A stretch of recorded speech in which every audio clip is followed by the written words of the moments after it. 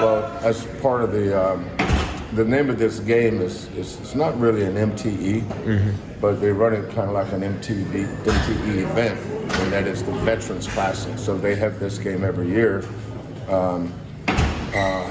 When we agreed to play in it, we were really going to play.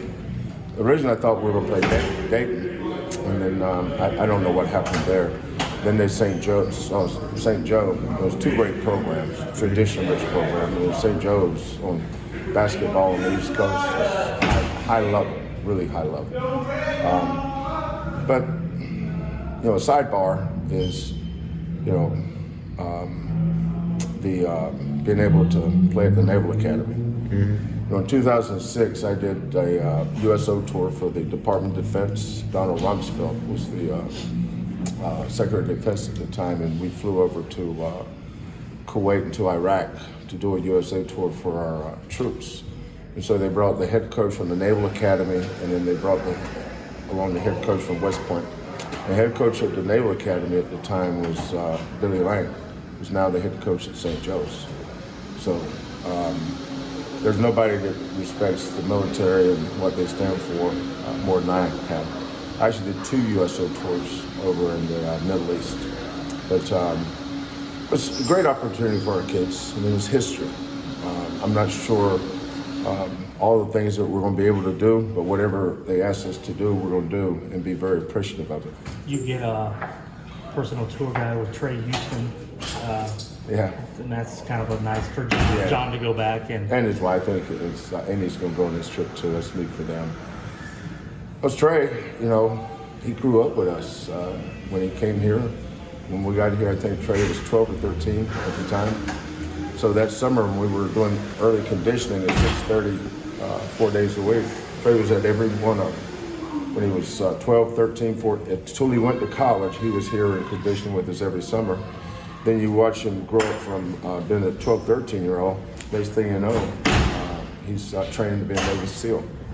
And I feel a lot better about our country knowing that Trey Houston is one of the guys that's defending it. Who are people on St. Joe's to watch for this match? They're a 3-point shooting team. They play at a very high pace. One of the fastest teams in the country. They like to spread you, shoot threes. Lane Greer, his father was a great player at Temple. I think it's Lane Greer III. He was transferred from Dayton. Very talented guard. Shoot threes and get the paint, make plays, and spread you out. They play with a big, but their four man is like another guard. So being able to just live by our principles. Here's how they play. Here's how we want to guard them. But this team will not going to run the ball down the floor and run a play. They're going to try to score in transition. They played 2 preseason games so far. Once against Towson, who was picked to win their league. St. Joe's beat them. Then they played another game. And I think they've attempted 73s in 2 games.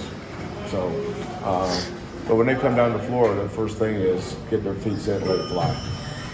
I mean, your teams have never been one to let another team dictate how you're going to play. You sort of do your thing. But it's when you have a team that's like that wants to try to go and score, in terms of, with the younger team, do you have to tell your guys in terms of how they approach it or how they attack it or how they play that?